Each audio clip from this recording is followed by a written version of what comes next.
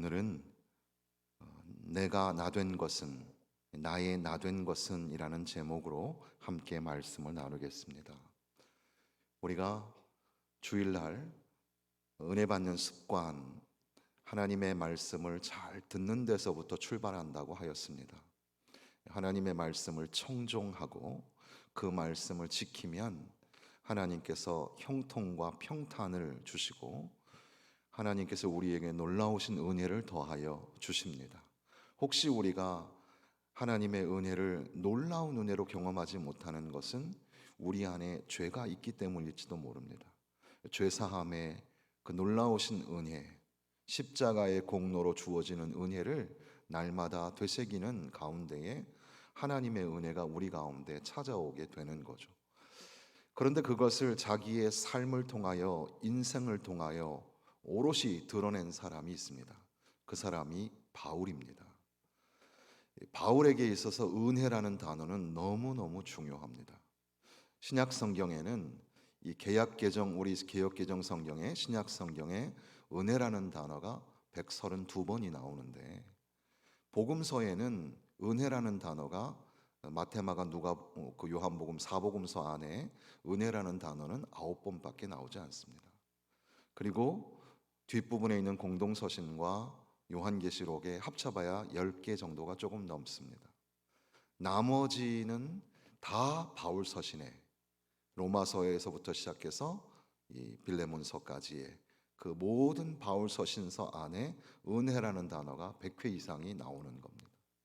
그러니까 우리가 신약 성경에서 은혜라는 말을 하고 오늘 우리가 은혜라는 단어를 묵상할 때 이것은 어떻게 보면 바울 사도가 지극히 강조한 단어, 그 단어를 우리가 함께 공유하는 것이라고 해도 과언이 아닌 거죠. 그래서 이제 우리는 그런 은혜의 연속선상에서 과연 바울 사도에게 있어서 은혜라는 건 어떤 거였을까? 그런 것들을 좀 함께 묵상하고 나누기를 원하는 겁니다. 무엇보다도 우리가 잘 알고 있는 이 바울 사도와 은혜의 관계, 사실 바울과 은혜, 바울 신학과 은혜 신학을 설명하려면 몇 년이 걸려도 안 될 정도로 방대한 분량인데, 그러나 그렇다고 우리가 계속 모를 수는 없는 거니까 우리가 잘 알고 있는 것에서부터 차근차근 이렇게 우리가 바울 사도의 은혜를 쫓아가면 좋겠다, 그런 생각을 가지고 함께 나눠가기를 원하는 겁니다. 우리가 잘 아는 대로 바울 사도와 은혜, 그러면 먼저는 하나님 앞에 자기가 육체의 가시가 있어서 하나님 앞에 고쳐달라고 그렇게 하나님 앞에 기도했는데 하나님께서 말씀하시기를 내 은혜가 너에게 족하도다. 하나님의 은혜가 바울 사도에게 이미 족하다고 말씀하신다는 거죠. 또 한 가지 유명한 성경 구절이 바로 오늘 우리가 읽고 있는 이 말씀인데, 내가 나 된 것은 하나님의 은혜라. 내가 나 된 것은 하나님의 은혜라. 내가 지금 나로 존재하는 것 자체가 하나님의 은혜라, 그렇게 말씀하고 있는 겁니다.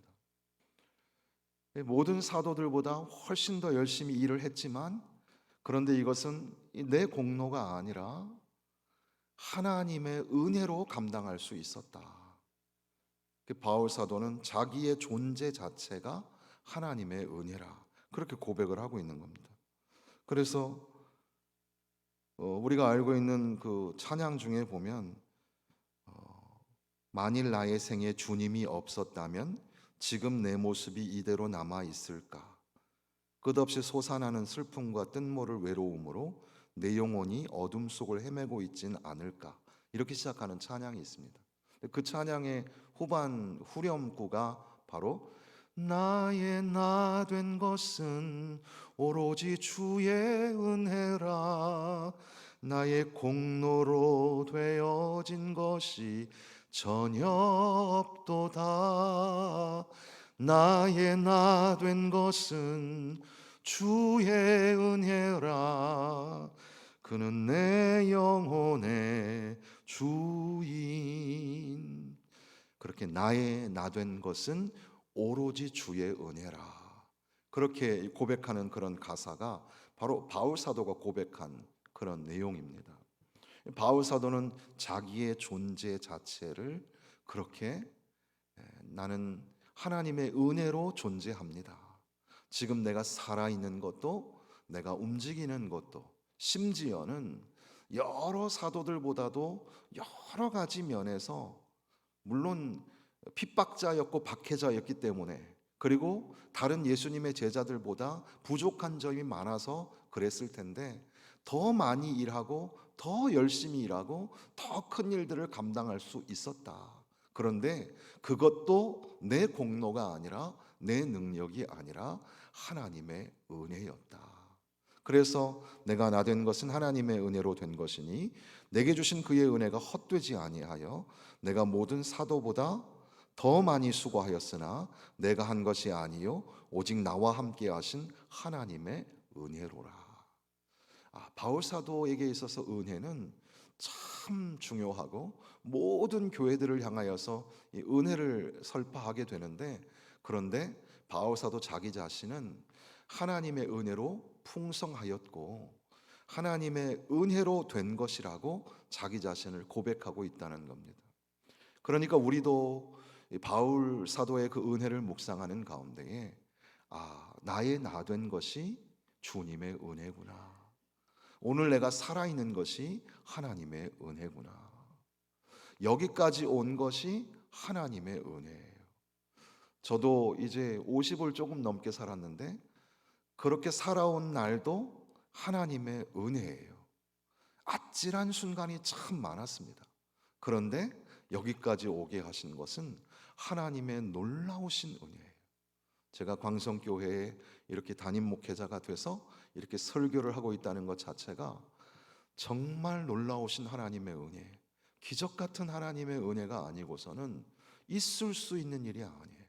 하나님의 놀라우신 은혜가 오늘 나에게 임한 것이고 지금 오늘 내가 살아있는 것 자체가 하나님의 은혜입니다.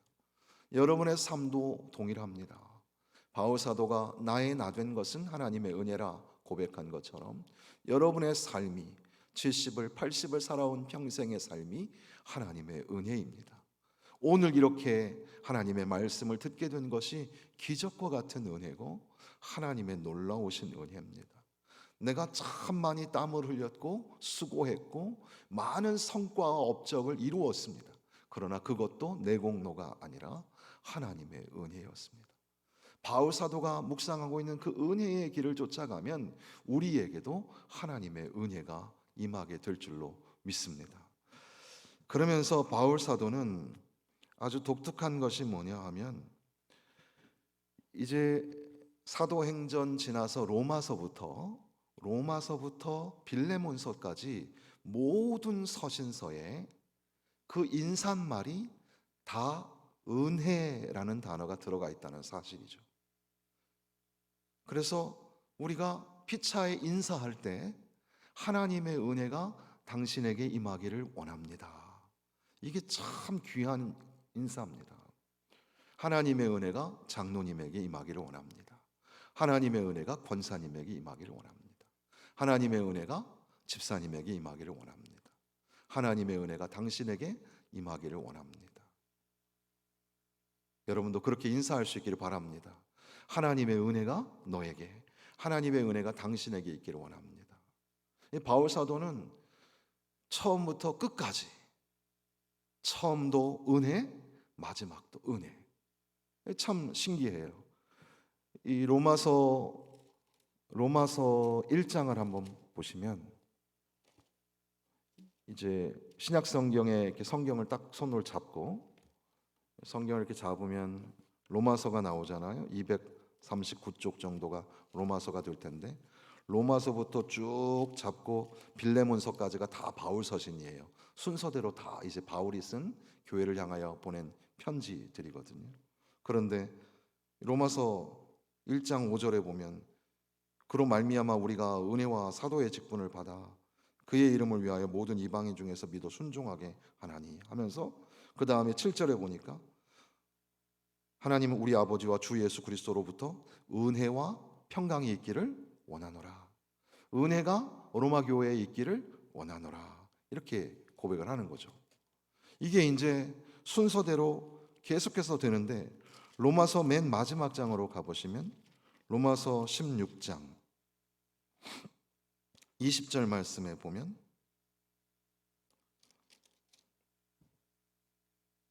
평강의 하나님께서 속히 사탄을 너희 발 아래서 상하게 하시리라. 우리 주 예수의 은혜가 너희에게 있을지어다. 시작도 로마 교회에게 은혜와 평강이 있기를 구하고 마지막 절도 너희에게 은혜가 있기를 원한다. 그렇게 고백을 하는 겁니다. 그런 방법으로 고린도전서, 바로 그 다음이 고린도전서잖아요. 1장 3절에 보니까 하나님 우리 아버지와 주 예수 그리스도로부터 은혜와 평강이 있기를 원하노라. 그러니까 이게 단순한 그냥 인사말이 아니라 바울 사도에게 있어서는 처음도 은혜고 마지막도 은혜고 항상 은혜의 은혜. 교회를 향하여서도 하나님의 은혜가 우리 광성교회에 있기를 원합니다. 우리 부서를 위해서도 우리 유치부, 유초등부, 중고등부, 청년부에 하나님의 은혜가 있기를 원합니다. 남전도회, 여전도회, 구역에 하나님의 은혜가 있기를 원합니다. 그렇게 바울 사도는 교회들마다 하나님의 은혜가 있기를 원한다라고 하면서 고린도 전후서, 갈라디아서, 또 에베소서, 빌립보서, 골로새서, 데살로니가 전후서까지 다 교회들을 향하여 편지를 보낼 때 방금과 같은 방법으로 앞부분에도 너희에게 은혜와 평강이 있을지어다. 때로는 은혜와 사랑이 있을지어다. 사랑이나 평강이 이렇게 교차돼서 나오긴 하지만 절대 빠지지 않는 단어가 있는데 그게 바로 은혜입니다. 은혜가 너희 무리에게 있을지어다. 그런데 또 재미있는 것은 이제 데살로니가 전후서까지 가고 나면 그 다음에는 디모데서가 나오잖아요. 디모데 전후서, 디도서, 빌레몬서는 교회가 아니라 개인에게 보낸 편지입니다. 디모데라는 목회자에게 보내고 디도라는 사람에게, 빌레몬이라는 사람에게 보내는데 거기에도 역시 마찬가지로 시작도 은혜고 끝도 은혜라는 사실이죠. 그래서 교회 또는 공동체 무리를 향하여서도 하나님의 은혜가 임하기를 원합니다라고 인사하지만 개별적으로 개인들에게도 하나님의 은혜가 당신에게 있기를 원합니다. 자, 우리가 직분의 서열의 순서가 있는 건 아니지만 장로님, 권사님, 집사님, 그리고 네 번째는 당신 이래 가지고 한번 우리가 연습을 한번 해볼까요? 하나님의 은혜가 장로님에게 있기를 원합니다. 이렇게 한번 시작. 하나님의 은혜가 장로님에게 있기를 원합니다. 하나님의 은혜가 권사님에게 있기를 원합니다. 하나님의 은혜가 집사님에게 있기를 원합니다. 하나님의 은혜가 당신에게 있기를 원합니다. 바울 사도는 모든 교회들을 향하여서 교회가 여러 가지 문제가 있잖아요. 고린도 교회에는 여러 가지 문제가 있었고 에베소 교회도 문제가 있어요. 나중에 요한계시록에서 나타나는 것처럼 굳건한 믿음을 가졌지만 첫사랑을 잃어버리게 되는 그런 문제가 있었잖아요. 교회마다 다양한 그런 특성을 가지고 있는데 그런데 그 문제를 풀기 위하여 물론 그 문제를 푸는 열쇠는 예수의 십자가이지만 그러나 그것을 끊는 스타트는 뭐냐면 은혜였다는 사실이죠. 은혜로 시작하고 은혜로 마치고. 그런데 신기하게도 그것은 교회 공동체만을 향한 것이 아니라 개인들에게도 그렇게 하였다는 사실입니다. 디모데야, 네가 목회를 잘 감당하기 위해서 너에게 하나님의 은혜가 있기를 원한다. 너의 삶 가운데 하나님의 은혜가 있기를 원한다. 그러니까 우리가 개별적으로 믿음의 사람으로 살아갈 때 우리의 삶에도 분명히 은혜가 필요한 겁니다. 우리가 직장인으로, 사장님으로 또는 어떤 고용인으로 여러 가지 모양으로 살 때, 학생으로 또 주부로 다양한 형편으로 살 때 그 삶의 자리에 하나님의 은혜가 있어야 한다는 겁니다. 하나님의 은혜가 당신에게 있기를 바랍니다. 바울 사도는 항상 그 인사말이 하나님의 은혜가 당신에게 있기를 원합니다. 그래서 Grace of God be with you 이렇게 되어 있어요. 그래서 to you grace to you. 당신에게 있기를 원합니다. 당신과 함께 하기를 원합니다. 하나님의 은혜가 당신과 함께하고 하나님의 은혜가 당신에게 있기를 원합니다. 바라기는 오늘 이 밤에 오신 분들도 하나님의 은혜가 넘치시기를 바랍니다. 이렇게 오신 그 걸음도 버스 타고 지하철 타고 걸어오셨는데 그 오신 그 걸음도 피곤한 중에 일과를 마치고 집에 가서 쉬어야 되는데 이렇게 주님 전에 와서 기도하시는 여러분, 그 오신 걸음도 은혜의 걸음이고 이제 돌아가시는 그 걸음도 축복의 걸음인 줄로 믿습니다. 하나님의 은혜가 여러분의 삶의 자리에 넘쳐나기를 주님의 이름으로 축원합니다. 그런데 바울 사도는 그렇게 인사말을 할 때마다 하나님의 은혜가 당신에게 있기를 바랍니다 라고 하는 것을 존 파이퍼 목사님은 그것이 마치 그 은혜는 장래에 있을, 영어로는 future grace라 그러는데 미래 은혜인데 우리가 번역할 때는 장래 은혜라고 번역을 해요. 은혜는 장래에 임할 것이지만 장래에 임할 믿음을, 은혜를 바라보면서 오늘 하루를 믿음으로 걷는다는 것을 의미한다는 겁니다. 그래서 당신에게 은혜가 있을 겁니다. 당신에게 하나님의 은혜가 항상 같이 할 겁니다. 그러니까 오늘 믿음으로 사세요. 이렇게 하시는 말씀이 그 안에 담겼다는 겁니다. 그래서 특별히 그 바울 사도가 교회를 향하여 성도들을 향하여 당신에게 은혜가 있습니다라고 할 때는 그 안에 starting now라는 말이 숨어 있다는 거예요. 그 말이 뭐냐면 지금부터 시작, 이런 말이에요. 한번 해보시겠습니다. 지금부터 시작. 은혜는 날마다 지금부터 시작이에요. 지금부터 시작. 그러니까 은혜를 많이 들었는데 은혜를 누리지 못하는 사람, 그 습관이 잘 들어있지 않아서 그렇다고 우리가 생각을 했습니다. 세상에서도 이 습관이라는 그런 이 자기계발서가 되게 많은데 그 중에 하나가 보니까 Better Than Before라는 책이 있어요. 그것도 자기계발서인데 어제 전에보다는 나은이라는, 그래서 이제 날마다 자기를 개발하는 거죠. 그런데 우리 신앙인들에게 있어서, 그리스도인들에게 있어서는 이 거룩한 은혜의 습관은 뭐냐면 starting now, 지금부터 시작이에요. 그러니까 은혜가 있을지어다, 은혜가 당신과 함께하기를 원합니다 라고 할 때는 지금부터 믿음 시작, 지금부터 시작하는 믿음을 가지고 장래의 은혜를 바라보는 것, 바로 그것을 바울 사도가 강조하고 있다고 그렇게 이 존 파이퍼 목사님 소개를 하더라고요. 참 일리가 있는 은혜스러운 해석이라고 생각합니다. 저도 그렇게 그 방법을 따라서 당신에게 은혜가 있기를 원합니다. 당신에게 은혜가 함께하기를 원합니다. 이 교회가 오늘부터 이제 장차 임하실 하나님의 은혜를 생각하면서 오늘부터 믿음으로 걷기를 원합니다. 당신이 장차 베푸실 하나님의 은혜가 충만하게 임하실 건데 바로 오늘 이제 그 은혜를 바라보면서 믿음으로 출발하십시오. 믿음으로 걸으십시오. 이렇게 하는 말씀으로 우리가 이해할 수가 있다는 겁니다. 이해가 되셨죠? 이제 이러한 출발점을 가지고 은혜 받는 습관을 가지고 하루하루 살 때 오늘 우리의 삶에도 날마다 필요한, 때를 따라 돕는 은혜가 필요한데 그런 은혜가 우리에게 주어지게 되고 받아지게 되고 누려지게 될 줄로 믿습니다. 우리가 신앙생활하면서 하나님의 복을 받으면서 살아야 되잖아요. 신앙생활 하는데 하나님의 복을 받지 못한다.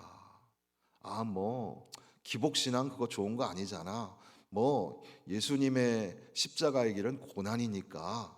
맞아요. 다 맞는 말이지만 그럼에도 불구하고 성경에는 하나님의 복과 은혜가 항상 넘치도록, 우리가 생각하는 정도로 째째하게 있는 게 아니라 넘치도록 풍성하게 담겨져 있거든요.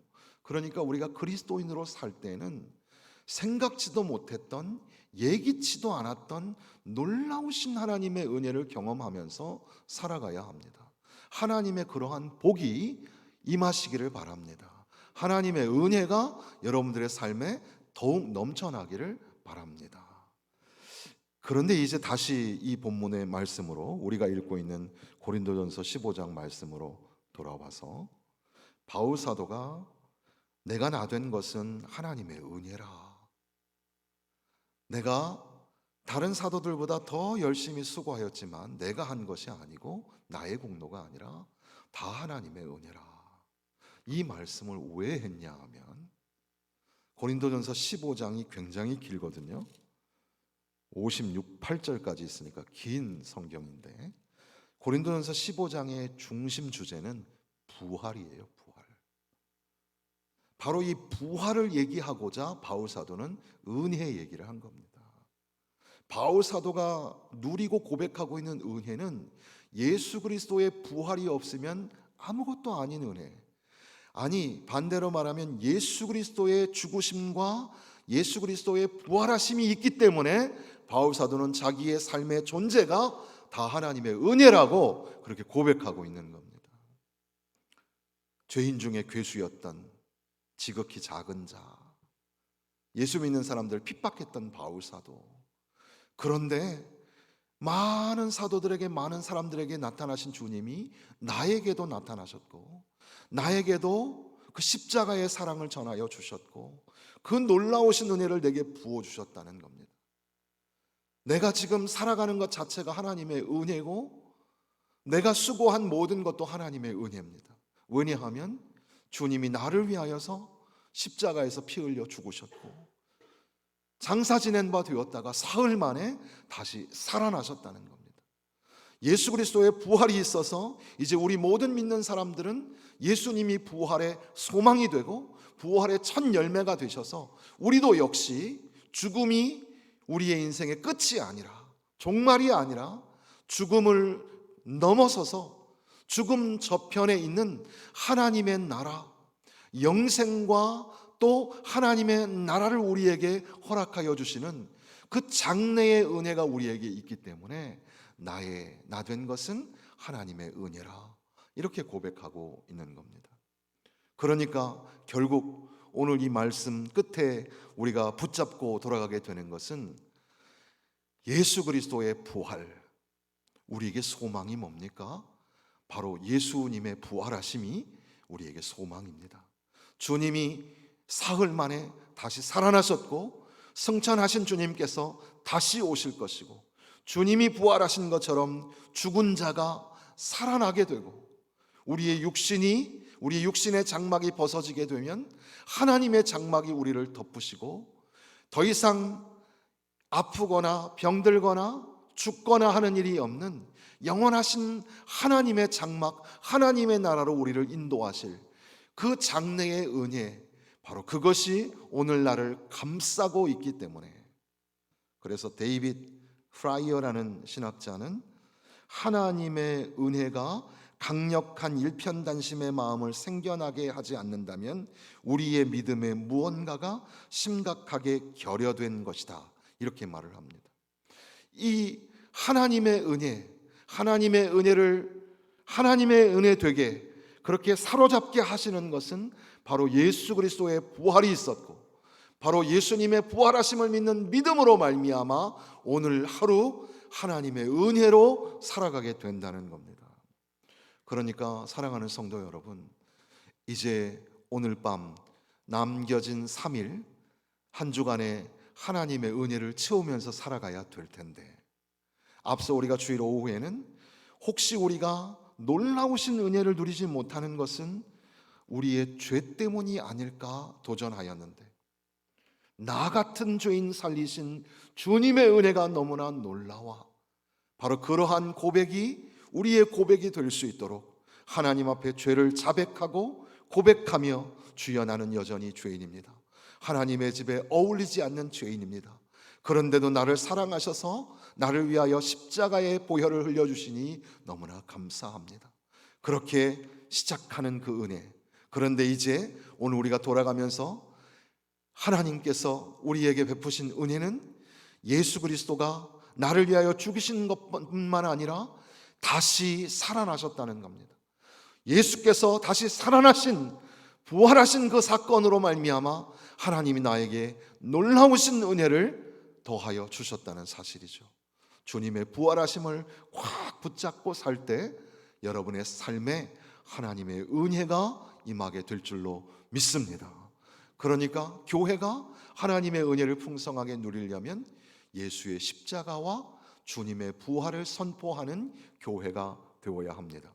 우리 모든 성도들이 하나님의 은혜에 감싸고 하나님의 은혜가 풍성하게 살기 위하여서는 예수의 십자가가 필요하고 예수님의 다시 부활하심, 살아나심의 그 놀라우신 사건이 우리 가운데 임할 때 비로소 우리는 하나님의 은혜에 발을 담그게 된다는 겁니다. 바라기는 부활의 소망이 되시는 예수, 우리 주님을 바라보시는 가운데에 순간순간마다 그리고 날마다 하나님의 은혜로 젖어서 사시기를 주님의 이름으로 축원합니다.